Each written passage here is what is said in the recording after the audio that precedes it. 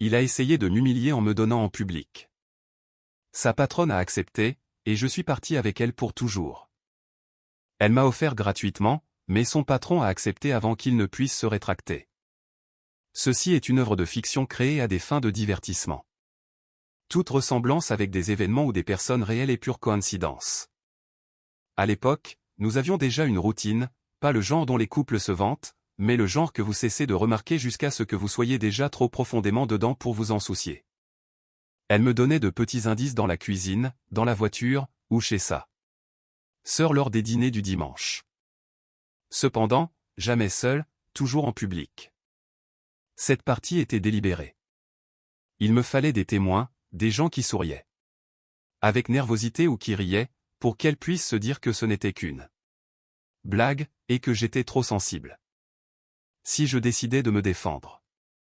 J'étais électricien depuis 11 ans et j'étais bon dans ce que je faisais. Un emploi stable, un bon salaire pour être à Pittsburgh. Assez pour couvrir le loyer de notre maison à Crafton et qu'il en reste encore.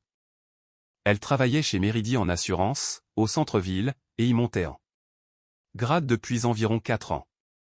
Le travail comptait pour elle d'une manière qui commençait à s'infiltrer dans tout le reste, y compris la façon dont elle me traitait quand elle se sentait suffisamment à l'aise, comme pour baisser sa garde. Les allusions s'étaient aggravées ces derniers mois, étant plus fréquentées, plus acerbes. Elle s'en rendait compte une fraction de seconde plus tard, et souriait comme si rien ne s'était passé, mais les mots étaient déjà prononcés. J'avais cessé de les laisser passer. Chaque fois qu'elle m'en lançait un, j'en renvoyais un autre, plus dur, meilleur et plus net. Elle n'aimait pas ça. Elle espérait que j'allais simplement l'absorber. Quand je ne le faisais pas, elle devenait silencieuse et froide pendant une journée, puis elle agissait comme si rien ne s'était passé. Ce vendredi après-midi, elle a mentionné l'événement de l'entreprise, la réunion annuelle d'automne de Meridian, qui se tenait dans un lieu du centre-ville. Elle avait prévu d'emmener son amie de l'institut, une femme nommée Josie. Josie lui a envoyé un texto 1 heure avant que nous devions partir. Un problème d'estomac, elle ne pouvait pas y assister. Elle est restée dans le couloir, son téléphone à la main, déjà habillée, et elle m'a regardé comme les gens regardent. Un dernier recours. Tu veux venir? J'étais en train de changer les cordes de ma guitare acoustique dans le salon. Je l'ai mise de côté. Bien sûr. Elle ne semblait pas très enthousiasmée, qui aurait dû me dire quelque chose. L'endroit était un entrepôt rénové en salle de réception, avec des murs de briques apparentes, de hauts plafonds et un bar ouvert. Ses collègues remplissaient la pièce en groupe.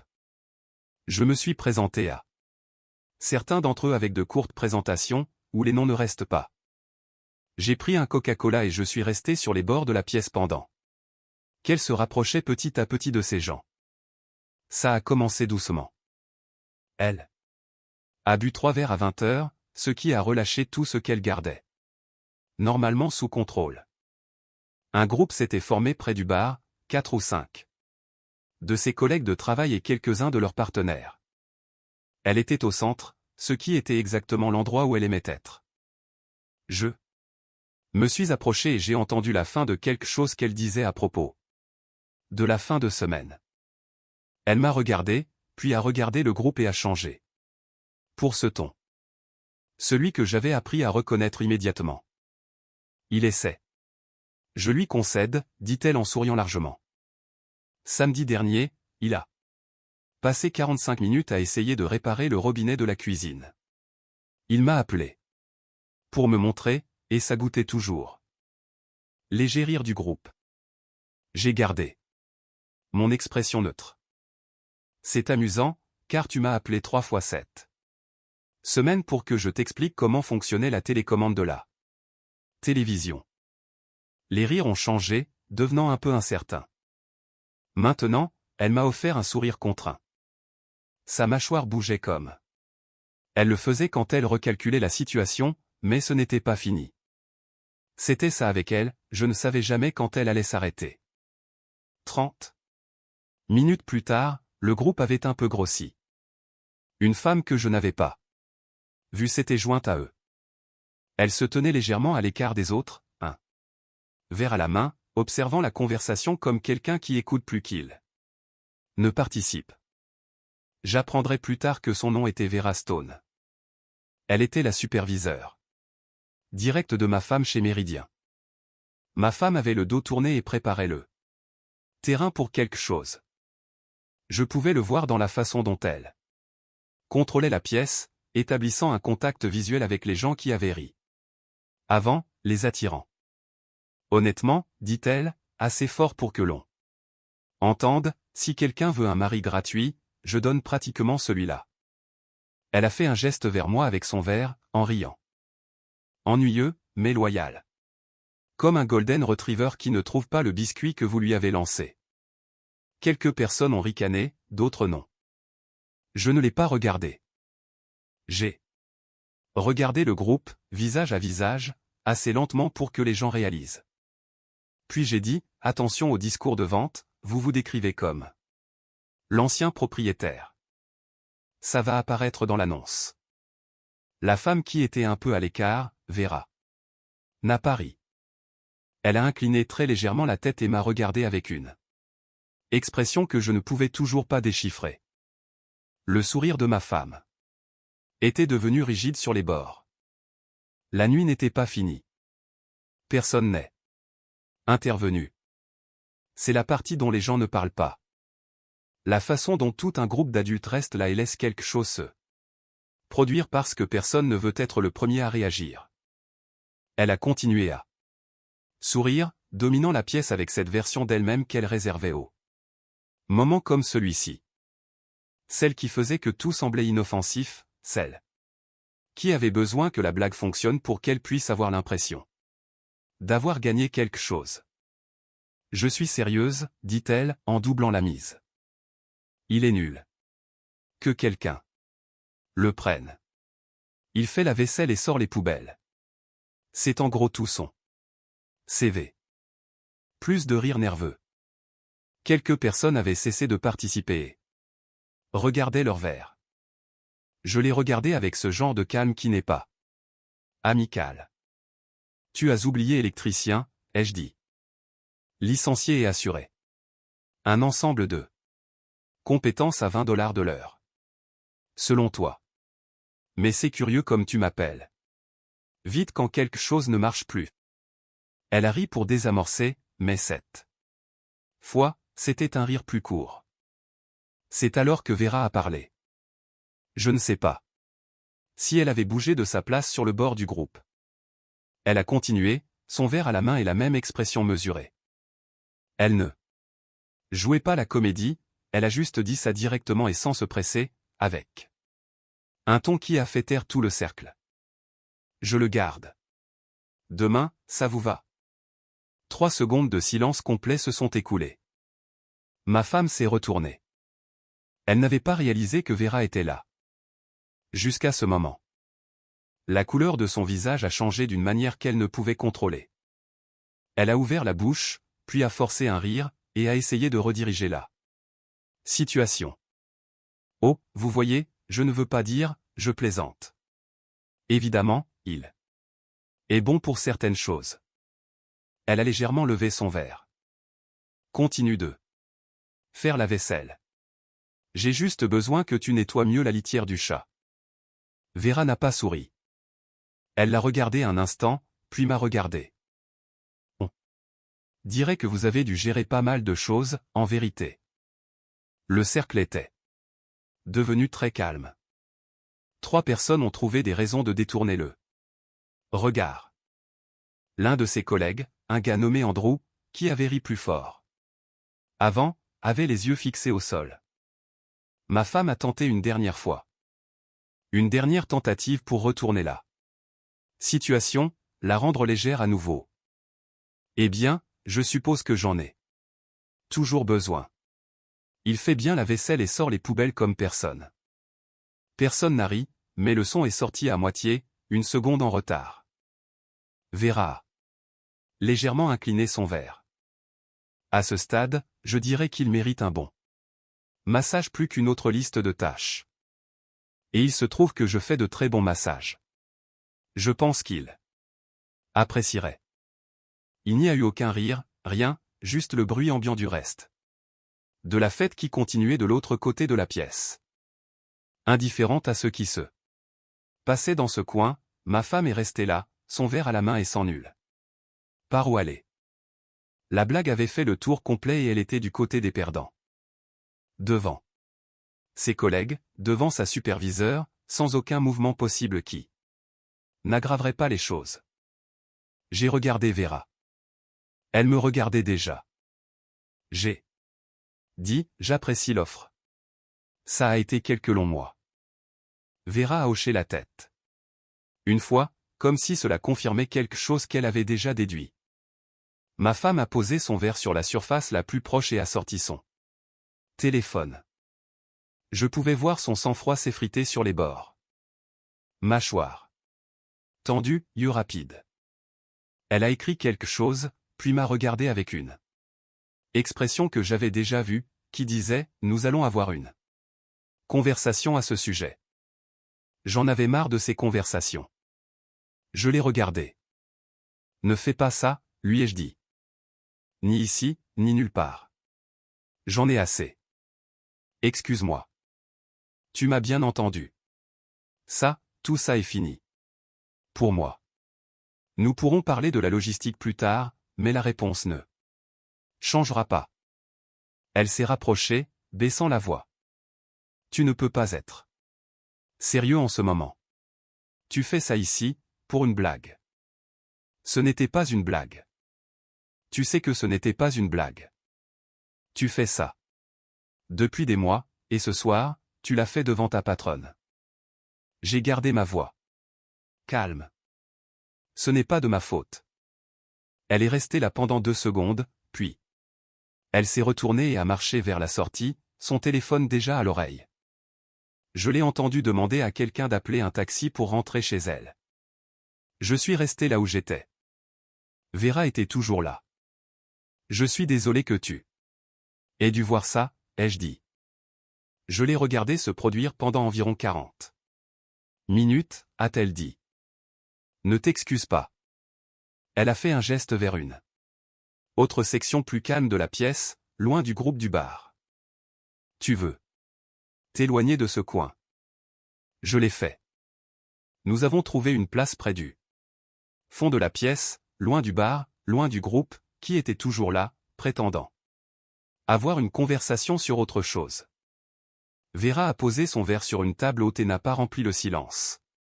Immédiatement. C'était la première chose que j'ai remarquée chez elle. Elle ne ressentait pas le besoin de gérer l'air entre les gens. La plupart des gens le font. Ils parlent pour couvrir le malaise. Elle se tenait juste là et laissait tout se poser. Depuis combien de temps, a-t-elle demandé après un instant. Mariée depuis 4 ans, comme ça en public depuis environ 6 mois. Et avant ces 6 mois, à huis clos, plus gérable. Elle a hoché la tête. Pas avec sympathie. Juste en absorbant l'information. Elle est bonne dans son travail, a dit Vera. Minutieuse, compétitive. Des traits utiles chez Méridien. Moins utiles. Dans un mariage, semble-t-il. Cela dépend contre qui vous êtes en compétition. Vera m'a regardé. Contre quoi êtes-vous en compétition? Contre tous ceux qu'elle perçoit comme une menace. Ce soir, c'était l'idée que quelqu'un dans cette pièce puisse me trouver intéressant. Une brève pause. Quelqu'un l'a fait, a dit Vera. Ce n'était pas du flirt, comme les gens flirtent habituellement. C'était simplement un fait lâché de la même manière que je lâchais tout le reste, directement et sans fioriture. Nous avons parlé pendant presque 50 minutes. Pas de ma femme, pas après ces premiers échanges. Nous avons parlé de Pittsburgh, de la façon dont la ville avait changé au cours de la dernière décennie et d'un projet de rénovation qu'elle avait supervisé sur sa propriété à Lawrence-Séville. Elle m'a interrogé sur le métier d'électricien, Pas comme les gens posent des questions pour être polis, mais comme les gens posent des questions quand ils veulent vraiment savoir. Elle avait des questions spécifiques, les processus de permis, la différence entre le travail résidentiel et commercial, ou quel était le chemin pour obtenir la licence. Elle était vive et très organisée dans sa façon de penser. Elle exposait un point, puis laissait de la place pour le suivant, au lieu de tout empiler, l'un sur l'autre. À un moment donné, j'ai réalisé que j'étais resté là pendant presque 1 heure. Et j'avais pensé à ce qui m'attendait à la maison. Vers 22h30, j'ai dit que je devais partir. Vera a sorti une carte de la poche de sa veste et l'a posée sur la table entre nous. Si vous voulez en parler davantage en dehors de ce contexte, c'est une ligne directe. Je l'ai prise. Je l'utiliserai. Elle n'a pas souri largement, ni ne lui a donné plus d'importance. Elle a juste dit, conduisez prudemment, et elle s'est retournée vers le salon.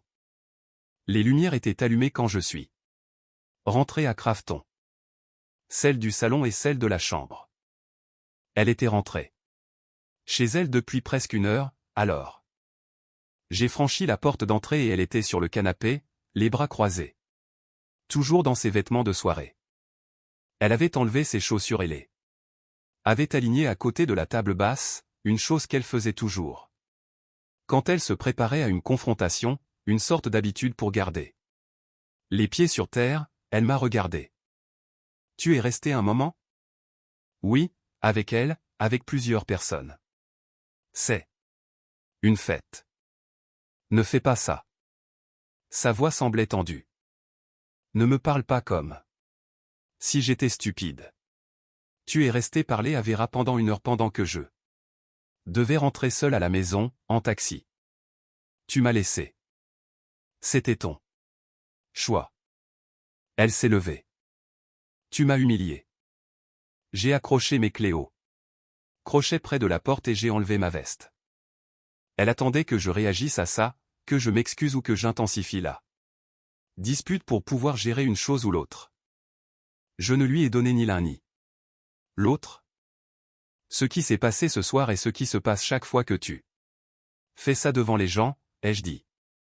La seule différence, c'est que ce soir, ça s'est retourné contre toi plus vite que d'habitude. Je plaisantais. Tu sais que je plaisante comme ça. Tu ne plaisantais pas. Et je ne vais plus continuer avec ça. Elle s'est approchée de moi, changeant de ton, plus doux maintenant, levant les mains. D'accord, je t'entends. Nous pouvons en parler, nous pouvons arranger ça. Il n'y a rien à arranger. Elle s'est arrêtée. Je veux divorcer, lui ai-je dit. Ce n'est pas une menace. Ce n'est pas une réaction à ce soir.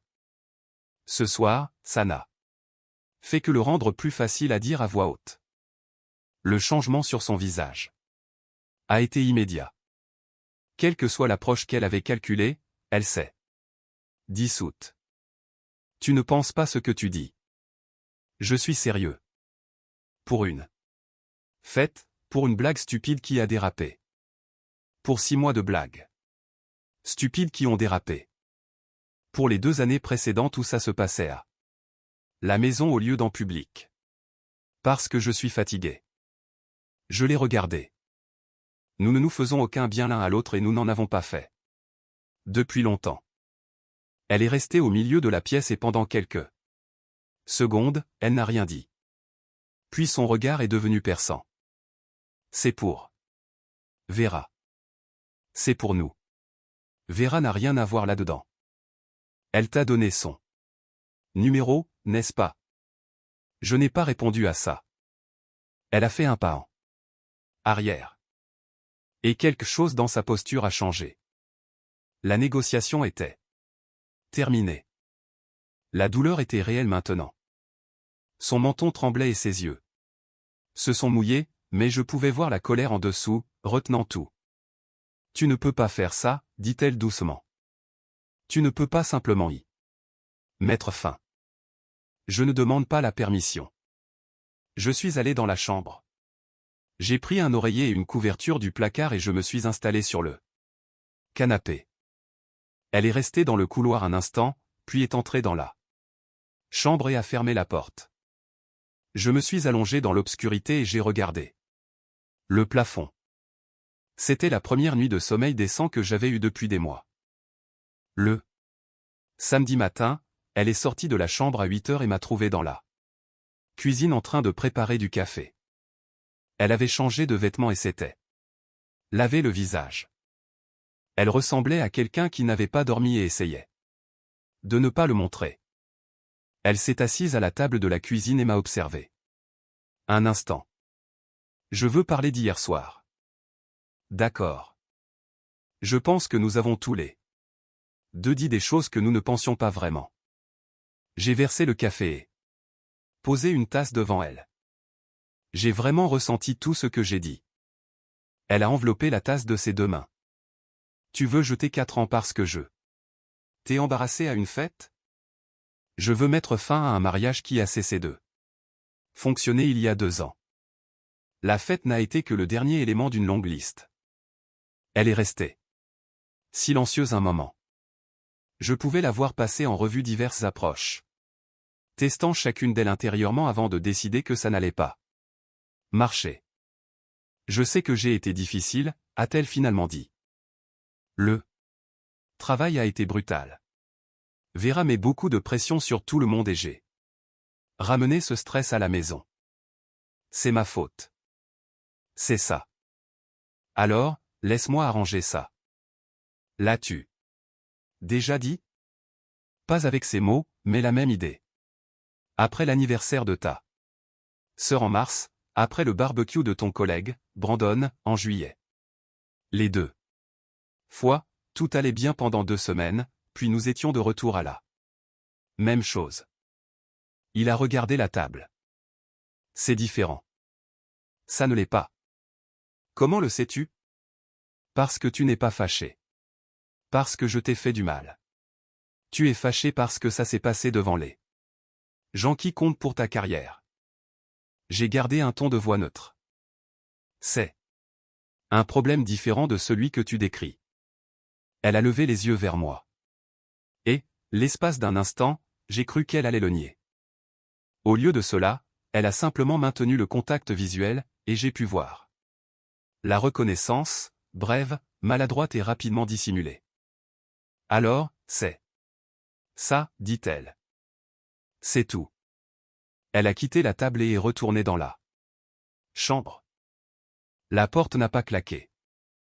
D'une certaine manière, c'était presque pire. Quand elle devenait silencieuse au lieu de bruyante, ça signifiait qu'elle passait à une stratégie à plus long terme. J'ai appelé un ami à moi, Vincent Sauer, cet après-midi-là. Nous avions grandi à 3 pâtés de maison l'un de l'autre à Brooklyn, et nous avions suivi le même programme d'apprentissage. Il avait une chambre libre dans sa maison de Vivieux et me l'avait déjà offerte quand les choses allaient vraiment mal, comme le font les bons amis. Sans lui donner trop d'importance, je lui ai demandé si l'offre tenait toujours. Il a dit de venir quand je voulais. J'ai fait une valise cette nuit-là avec des vêtements de travail, des outils, la guitare acoustique et l'essentiel. J'ai laissé tout le reste. Elle était dans la chambre, porte fermée. Quand j'ai porté le sac à la porte principale, j'ai frappé 2 fois. Je vais rester chez Vincent un moment.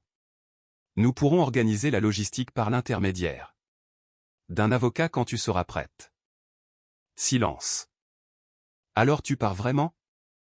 Oui, c'est aussi simple que ça. Ce n'est pas si simple. C'est quelque chose qui se profile depuis très longtemps et nous le savons tous les deux. Une autre pause, puis la porte s'est ouverte. Elle se tenait là, les bras croisés. Elle a regardé mon sac, puis m'a regardé. Si tu franchis cette porte, je ne te courrai pas après. Je sais. Je suis sérieuse. Ne reviens pas en t'attendant à ce que je t'attende. Je ne le ferai pas. Elle est restée dans l'embrasure de la porte pendant que je prenait le sac et marchait vers l'entrée principale. Je pense qu'une partie d'elle espérait que je m'arrête, que je me retourne et que je lui donne quelque chose à quoi s'accrocher. J'ai ouvert la porte, suis sorti et l'ai refermée. Derrière moi. L'air extérieur était froid et propre, comme les Pittsburghs. Octobre. J'ai mis le sac à l'arrière de mon camion et je me suis assis sur le siège du conducteur. Pendant 1 minute. Je n'hésitais pas, j'assimilais simplement. Puis, j'ai quitté l'allée et j'ai roulé vers Bibiu. Le lundi suivant, j'ai appelé un avocat nommé Monsieur Harmon. Une recommandation de Vincent, un type direct de droit de la famille avec un bureau à Sadicide, pas d'appel dramatique tard le soir ou de consultation d'urgence, juste un rendez-vous régulier à 9 h le lendemain, le genre de choses que vous programmez comme n'importe quelle autre course. Il m'a guidé à travers le processus. La Pennsylvanie exigeait une période de séparation. Ça n'allait pas être rapide. Je lui ai dit que c'était bien. Je n'étais pas pressé, je voulais juste que ce soit fait correctement. Elle a appelé le même après-midi. J'ai répondu. As-tu engagé un avocat? J'ai pris rendez-vous. Oui, sans même essayer de résoudre ça. J'ai essayé de résoudre ça pendant 2 ans. Nous avons fini d'essayer. C'est fou. Tu détruis notre mariage pour une mauvaise nuit. Je mets fin à un mariage qui a eu beaucoup de mauvaises nuits. Les disputes nous ont simplement épuisés. Elle est restée silencieuse. Alors je ne signerai rien. C'est ton choix. Ça prendra plus de temps, mais le résultat ne changera pas. Elle a raccroché. J'ai laissé le téléphone sur le comptoir de la cuisine de Vincent et j'ai ouvert le réfrigérateur. J'avais un pack de 6 bières locales sur l'étagère du bas. J'en ai pris une et je suis allé m'asseoir sur les escaliers arrière. La ville était calme de là-haut. Seulement le faible bruit du trafic de la route principale en contrebas. Un chien quelque part, à quelques maisons plus loin. Le bruit régulier d'un mardi après-midi dans un quartier normal de Pittsburgh. J'ai sorti la carte de Vera et je l'ai regardée un instant. Puis j'ai envoyé un message au numéro que j'avais. Court, sans chichi. Libre pour un café quelque part cette semaine? La réponse est venue en moins de 4 minutes. Je suis libre jeudi. Il y a un endroit sur Butler Street que j'aime bien. Je vous enverrai l'adresse. J'ai rangé le téléphone et j'ai fini ma bière. La paperasse pouvait attendre. Il est resté 3 jours avant jeudi et, pour la première fois depuis longtemps, j'avais quelque chose à espérer. Le café de Butler Street était petit, du genre avec des chaises dépareillées, un menu sur un tableau noiré. Sans guichet pour la voiture. Vera était déjà là quand je suis arrivé, assise à une table près de la fenêtre. Avec une tasse en céramique et un dossier avec quelque chose qu'elle lisait. Elle l'a fermé quand je me suis assis. Nous n'avons pas parlé de la fête, pas directement. Elle m'a demandé comment s'était passée ma semaine. Je lui ai donné la version courte.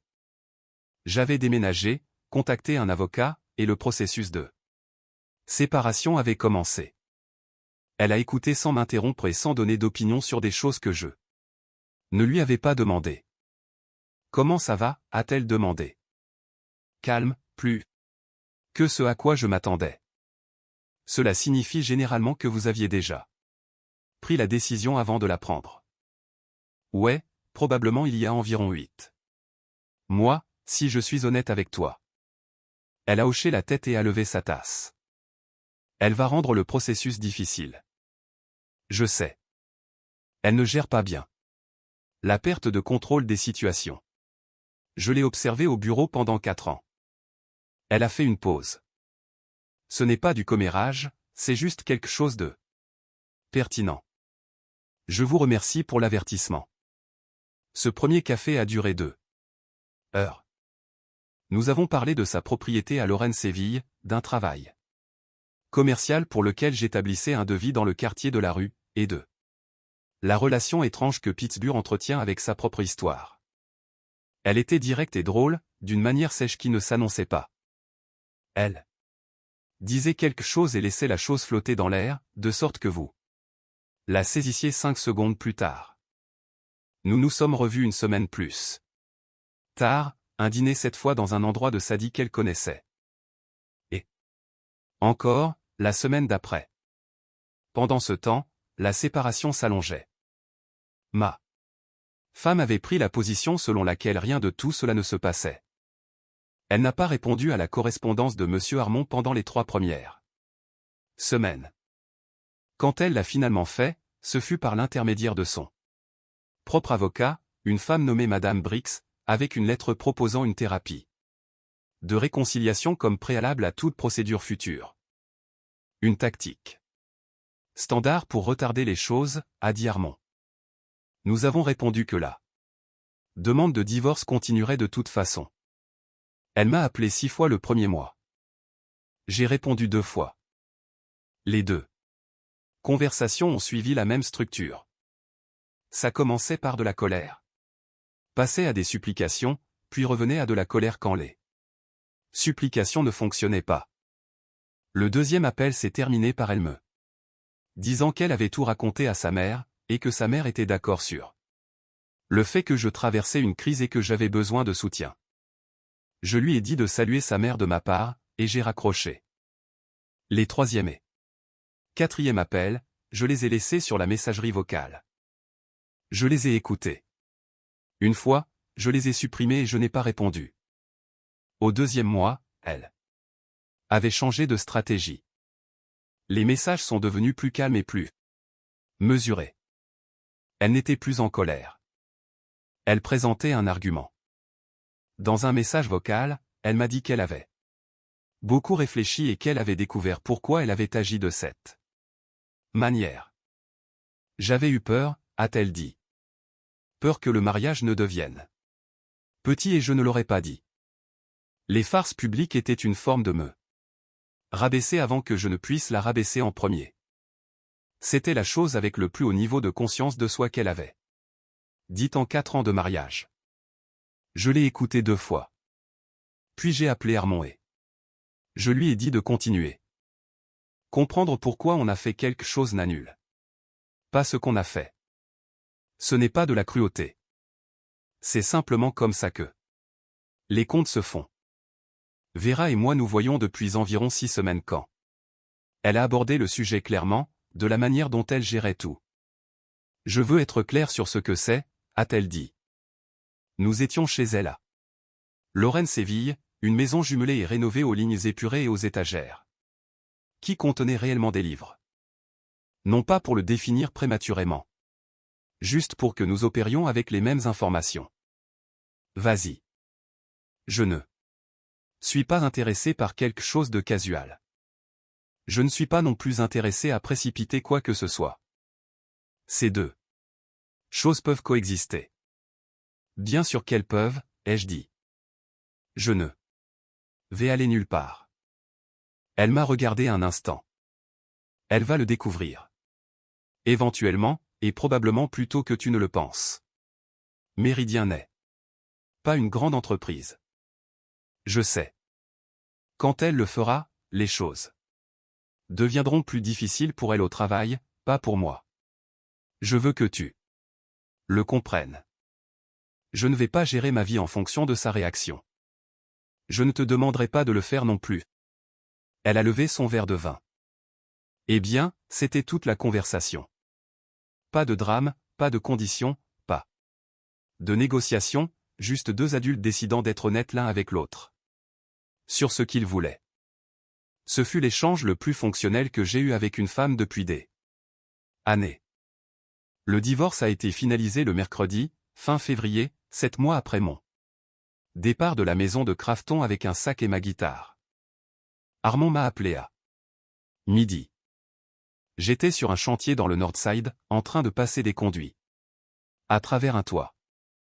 Je suis sorti, j'ai pris l'appel, je l'ai remercié et je suis retourné finir le travail. Ce soir-là, Vera a ouvert une bouteille de vin qu'elle avait gardée. Rien de cher, juste quelque chose qu'elle aimait. Nous nous sommes assis dans sa cuisine, elle a cuisiné, et nous avons parlé d'un voyage que je voulais faire sur la côte au printemps, et si je pouvais obtenir une semaine de congé entre les jobs, une nuit normale, délibérément normale. Et c'était la clé de tout. La maison de Crafton avait été vendue dans le cadre de l'accord. Elle avait déménagé dans un appartement d'une pièce à Mount Washington, plus proche des bureaux de Meridian au centre.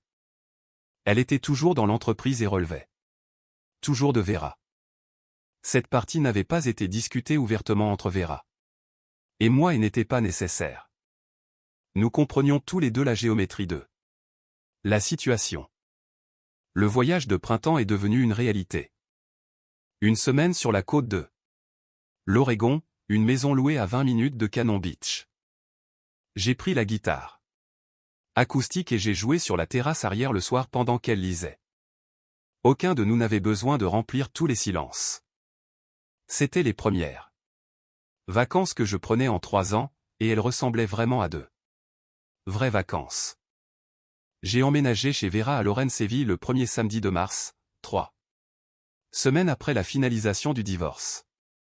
Ce ne fut pas une grande production. J'avais le camion de Vincent. J'ai fait 2 voyages et en début d'après-midi. Tout ce qui m'appartenait était à l'intérieur. Les outils au sous-sol, les vêtements dans le placard qu'elle avait vidé, et la guitare sur un support dans le coin du salon, où la lumière était bonne le matin. Elle avait fait de la place sans lui donner plus d'importance. Nous avons commandé de la nourriture thaïlandaise dans un endroit de Butler Street la nuit dernière. Nous avons mangé à la table de la cuisine et c'est tout. Sans cérémonie, sans discours, juste 2 personnes dînant à la maison. Le premier lundi de retour chez Meridian après le voyage en Oregon, Vera est entrée dans son bureau comme elle le faisait toujours. Elle n'était pas une personne qui ajustait son comportement en fonction de qui regardait ou de ce qu'il savait. Elle n'a rien annoncé, n'a pas abordé le sujet lors d'une réunion et n'a envoyé aucun email à toute l'entreprise. Elle a juste continué à être la personne qu'elle était, ce qui incluait le fait qu'elle était maintenant en couple avec l'ex-mari de son employé. Le bureau a découvert comment les bureaux le découvrent toujours. Progressivement puis soudainement. Son assistant, un jeune homme nommé Redouane, l'a appris le premier. Il avait vu le calendrier de Vera et avait remarqué une réservation de dîner récurrente au nom de quelqu'un qu'il reconnaissait de la liste des invités de l'événement de l'année précédente.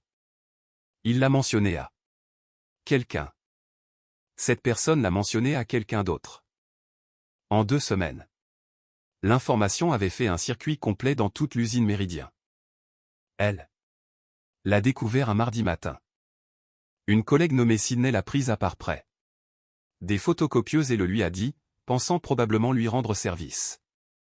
Selon les histoires qui ont filtré plus tard, elle est restée là pendant un long moment sans rien dire. Puis elle est allée à son bureau, s'est assise et n'a parlé à personne pendant le reste de la matinée. Elle n'avait nulle part où décharger tout cela. C'était la question. Il n'y avait aucune cible pour ça. Colère qui la ferait paraître raisonnable. Vera était sa patronne. Faire une scène au travail n'était pas une option qu'elle pouvait se permettre. Démissionner n'était pas non plus une option qu'elle pouvait se permettre. Transférer de département nécessitait l'approbation de Vera. Elle était prise au piège d'une géométrie sans bonne issue. Alors elle est restée.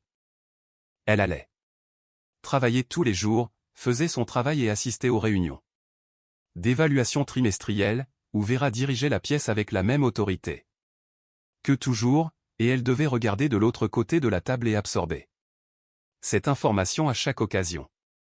J'ai entendu une partie de cela par Vincent, qui avait encore des contacts en commun avec des gens dans son cercle. Je ne l'ai pas cherché, l'information est simplement venue comme elle le fait quand on a vécu quelque part assez longtemps. Je n'en ai pas ressenti de satisfaction, exactement. Ce n'était pas quelque chose que j'avais orchestré. Elle-même avait mis les conditions sur la table avec une blague publique et les conséquences avaient simplement suivi la géométrie de ses propres décisions. Je n'avais rien planifié, j'avais juste cessé de lui faire de la place. Environ 4 mois après mon déménagement, Vera et moi étions dans une quincaillerie de Bloomfield un samedi matin. Elle cherchait des luminaires pour le 2e étage d'une propriété qu'elle venait d'acquérir à Polish Hill. Je poussais le chariot. Elle lisait les spécifications d'une suspension et me posait des questions sur l'espace libre des boîtes de jonction. Une femme est apparue au coin de l'allée. Nous nous sommes vus au même moment. Elle a d'abord regardé Vera, puis moi, puis le chariot entre nous. La réalité domestique ordinaire de tout cela. Le samedi matin, la quincaillerie, ou la lampe dans la main de Vera ont atterri sur son visage avec un choc. Vera a levé les yeux de la feuille de spécification, a enregistré la situation en environ 2 secondes et a de nouveau regardé la lampe. Celle-ci fonctionne, m'a-t-elle dit. L'espace libre est bon. Parfait. Prends en 2. Elle en a pris 2 sur l'étagère et les a mises sur le chariot. La femme dans le couloir n'avait pas bougé. Elle était toujours là. Tenant ce qu'elle était venue chercher dans ce couloir, et je pouvais la voir. Essayer de comprendre quoi faire d'elle-même. Je l'ai regardée. Bonjour, ai-je dit. Ni froid, ni chaud, juste un mot, reconnaissant qu'il y avait une autre personne là. Elle n'a rien dit. Vera a posé sa feuille de spécification sur les lampes du chariot et nous avons continué à avancer dans le couloir. Elle n'a pas abordé le sujet avant que nous soyons dans le camion. Sur le chemin du retour. Ça va, a-t-elle demandé. Oui. Il a regardé par la fenêtre du passager les devantures de magasins de Bloomfield qui défilaient. Il semblait qu'il voulait disparaître. Ça ira. Vera n'a rien dit de plus à ce sujet. Il a mis une playlist sur son téléphone et a repris la route vers Lorraine-Séville. Dans le trafic du samedi matin, et nous avons parlé du mur où iraient les lampes, et si le 2e étage avait besoin d'un câblage complet ou juste d'une mise à jour du panneau électrique, une conversation normale un samedi normal. C'était exactement à cela que ressemblait la fin de tout, sans confrontation. Sans discours finaux, sans scène sur un parking.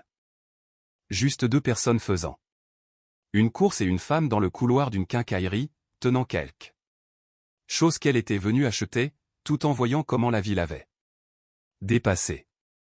Il s'est éloigné à l'autre bout. Elle m'avait mis aux enchères devant une salle pleine de monde et sa propre patronne. Il s'avère que l'offre a été acceptée. Ce n'est juste pas elle qui l'a faite. Alors, voyons si je comprends bien. Elle l'a mis à la disposition de n'importe qui devant une salle pleine de monde, y compris son propre patron, a trouvé cela amusant, puis a vu comment ce même patron allait rentrer chez lui. Avec lui tous les soirs pendant l'année suivante. Je veux dire, vraiment, ces choses ne peuvent pas être inventées.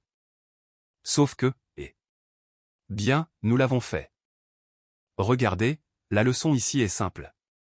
Quand vous continuez à tester quelqu'un qui ne se brise jamais vraiment, ne soyez pas surpris quand il avance simplement en silence et fait beaucoup mieux que vous ne l'attendiez. Le respect n'est pas quelque chose que vous exigez d'un passé révolu. Soit vous avancez avec lui, soit non, et elle a choisi de ne pas le faire. Quoi qu'il en soit, si cette histoire vous a touché, laissez un commentaire ci-dessous et dites-moi ce que vous en avez pensé. Appuyez sur le bouton j'aime, vraiment, cela aide beaucoup. Et à la prochaine.